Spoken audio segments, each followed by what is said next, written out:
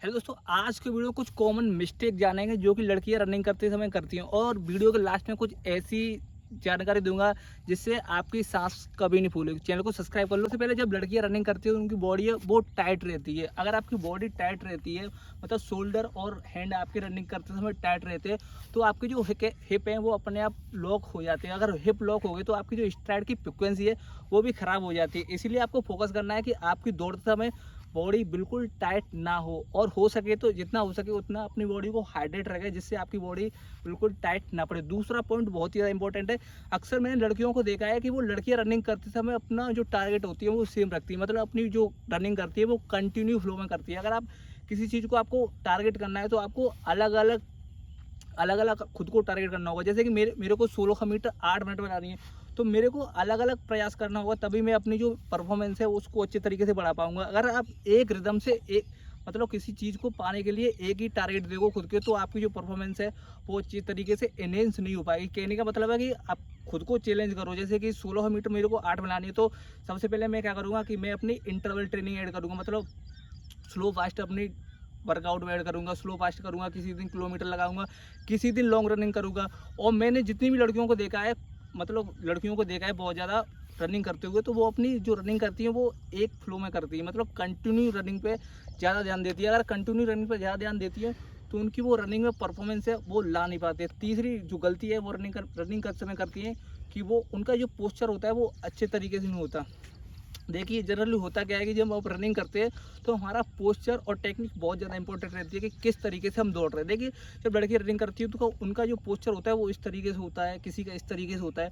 अगर हमारा जो पोस्चर गलत होता है तो हमारी जो एनर्जी का लॉस होता है वो बहुत ज़्यादा होता है। तो इसीलिए हमें अपने पोस्चर पर भी ध्यान देना होता है। जिस तरीके से एक स्प्रिंटर के लिए टेक्निक बहुत ज़्यादा इंपॉर्टेंट रहती है उसी तरीके से एक हमारे मिड डिस्टेंस रनर के लिए हमारा पोस्चर बहुत ज़्यादा इंपॉर्टेंट रहता है। अगर जितना ज़्यादा पोस्चर आपका अच्छा रहेगा उतनी अच्छे तरीके से आप रनिंग में परफॉर्मेंस ला सकते हो। लास्ट पॉइंट मैंने बताया था कि बहुत ही ज़्यादा इंपॉर्टेंट है, हर किसी की सांस फूलती है, लेकिन इसको ट्रेन कैसे करते हैं। देखिए सांस फूलने के लिए कुछ हमें स्पेशल डाइट लेनी होती है। जैसे कि रात को सोने से पहले हमको सोयाबीन सोयाबीन खा सकते हैं। अब तो क्योंकि टेम्परेचर बहुत ज़्यादा डाउन हो गया है, सोयाबीन ले सकते हो और चने ले सकते हो, दाल ले सकते हो और मूंगफली ले सकते हो।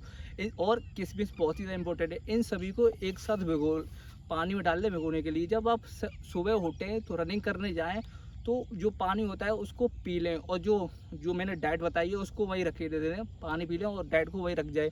और जब रनिंग करने जाएँ तो कुछ अपने खा थोड़ा बहुत 1-2 केले खा सकते हैं, क्योंकि खाली पेट रनिंग नहीं करनी चाहिए ऐसा बताते हैं। तो जब रनिंग करने गए ये सब हमने रख दिया और एक 2 केले खा गए या बिस्किट भी खा सकते हो, बहुत अच्छा रहता है।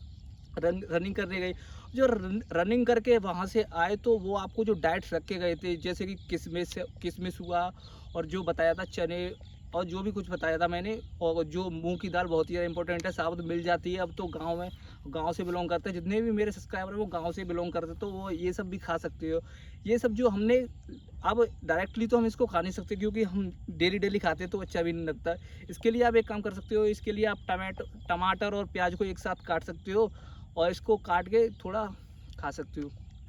जब इसको आप खाओगे तो आपकी जो सांस है बिल्कुल नहीं फूलेगी। लेकिन एक एथलीट की परफॉर्मेंस अच्छी लाने के लिए उसका इम्पोर्टेंट रहता है कि वो क्या खा रहा है, क्योंकि मैंने एक बुक पे पढ़ा है, उस बुक पे लिखा था कि एथलीट की 60 से 70% डाइट इंपॉर्टेंट रहती है। अगर उसकी 60 से 70% डाइट अच्छी है तो वो अपनी परफॉर्मेंस को भी अच्छी ला सकता है। तो दोस्तों जब ये सब तो हो गया, इसके बाद वो अपना डाइट में दलिया वगैरह भी कर सकता है, क्योंकि दलिया बहुत ही ज़्यादा अच्छा सोर्स है हमारी एनर्जी के लिए और इससे वो अपनी परफॉर्मेंस को बढ़ा सकता है। तो दोस्तों मिलते हैं अगली वीडियो में, चैनल को सब्सक्राइब कर लो ऐसी वीडियो के लिए।